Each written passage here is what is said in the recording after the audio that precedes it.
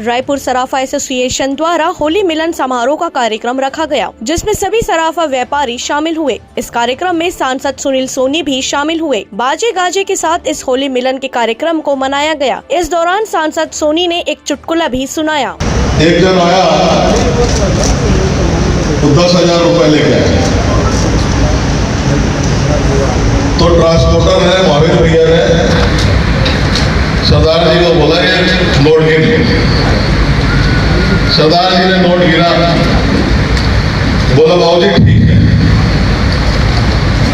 थोड़ा देर बाद महावीर भैया के पास में और व्यक्ति आया, बोला 11,000 रुपए मंगा रहे हैं वो आपका ये हिसाब। तो 10,000 की गड्डी और 1,000 रुपए डाल के उन्होंने उसको दे दिया। वो 10,000 की गड्डी को गिना तो उसमें एक नोट कम था।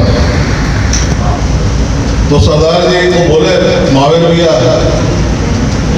कैसे भाई अभी गिने थे पूरा ठीक है बोले थे।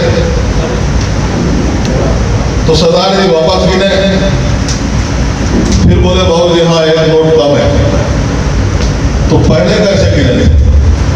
बोले बाबूजी 84-85 तक गिना था, इतना आगे में जाके धोखा देगा मेरे को नहीं मालूम।